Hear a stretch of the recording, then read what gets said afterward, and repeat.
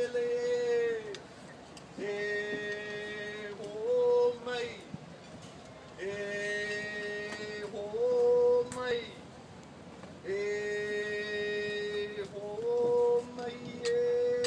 mai kai ke mai luna mai e o na mea huna no e au o na mele e ho mai e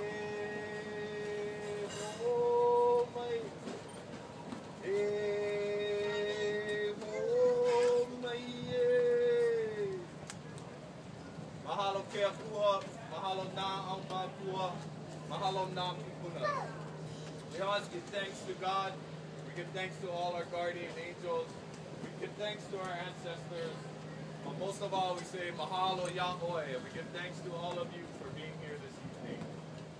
I greet all of you with the fondness, aloha. Aloha. Alright, that was alright. Alright, one more time, gang. I'm going to say aloha with lots of joy and lots of love. So we'll try it one more time. Aloha. Aloha. Okay, much better. Mai kai, gang.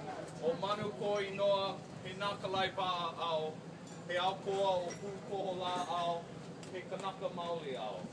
My name is Manu. I am a canoe builder and a warrior of light for the temple of Pukohola. And I am a native Hawaiian. And I'm here this evening to share with you just a little bit about the host culture of these islands, the Hawaiian culture.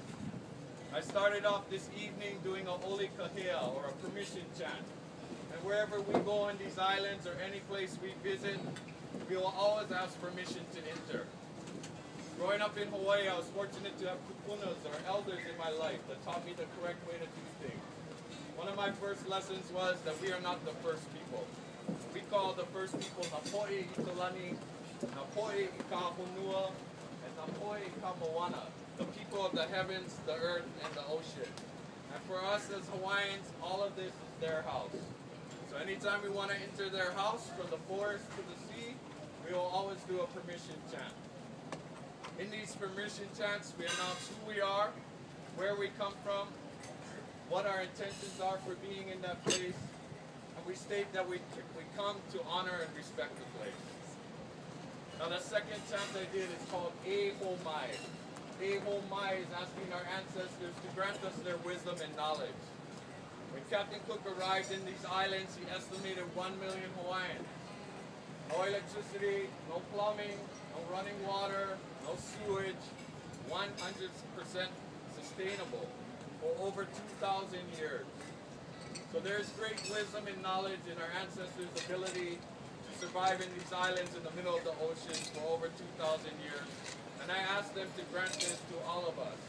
The wisdom and knowledge of the heavens from our navigators and astronomers. The wisdom and knowledge of the earth from our farmers and from our healers. The wisdom and knowledge of the ocean from our fishermen and from our voyagers. And we ask them to grant us this wisdom and knowledge so that we become maka'ala, or aware of the whole Ailona, the book of nature. For nature talks to us. Nature tells us who we are, what we should be doing, and most importantly, where are we all going to go.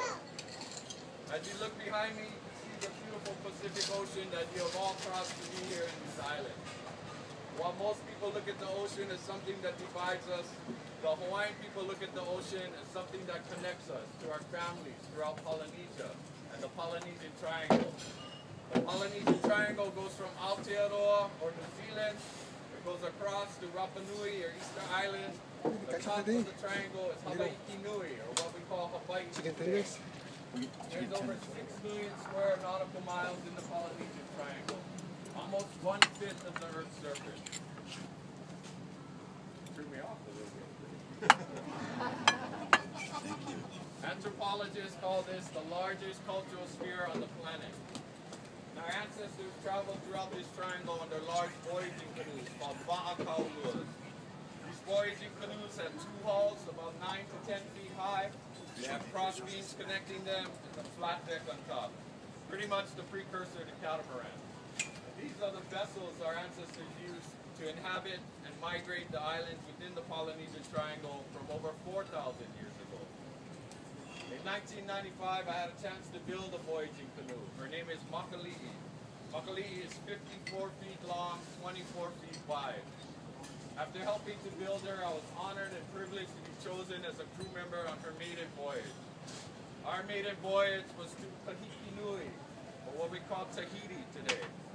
Over 2,800 nautical miles away, it took us 28 days to sail to Tahiti. The beauty of our voyage to Tahiti is that we followed in the wake of our ancestors. So we had no GPS, we had no compass, we had no sextant, we definitely had no iPhone. So what we did have is the art of wayfinding, or non-instrumental navigation, which is using the rising and the setting points of the sun, the moon, the stars, and other planets to determine our star compass. From our star compass, we know where we're at on the Earth, we know where the island we left from is, and we know where the island we're going to is. Well, as you can imagine, you learn a lot of valuable lessons on a voyage like that. The biggest lesson on a voyage is how to have more aloha, more love for one another. If you can imagine 54 feet by 24 feet for 28 days with 10 to 16 people and no sight of land and nowhere to go, not everybody has a good day out there. Now on these days, we need to learn to love them even more, to give them all of our aloha. My kupunas always told me the first step of aloha or love is compassion. So when people are having a bad day, we want to have compassion for them. We want to send them all of our aloha, all of our love, pick them back up, get them functional again so that we all reach our destination safely. Another very valuable lesson from voyaging is how important it is to malama aina, to care for the land.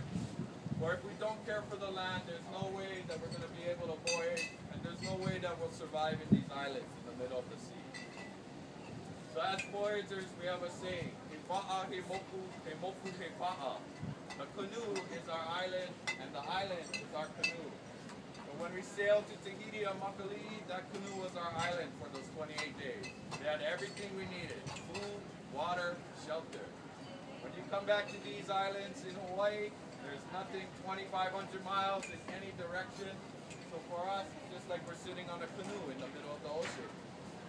What this saying is really talking about is how do we maintain our resources in a fragile environment? More importantly, how do we treat each other in this environment? And the answer, of course, is with aloha, with love. The more we start to give each other aloha, the more we start to realize that we're all connected and that we're all one family. The more that we can take better care of our earth, our fresh water sources, the conditions of the oceans in the world, then collectively we can all make this world a better place. Yeah? If we all do our little part, we can improve the condition of this earth.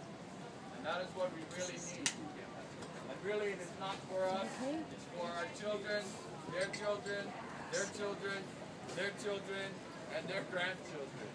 So that 7 generations from now, those children have the same opportunities that we do today. It's just going to take all of us paddling this canoe called Earth, filled with aloha or love, and filled with the caring for nature.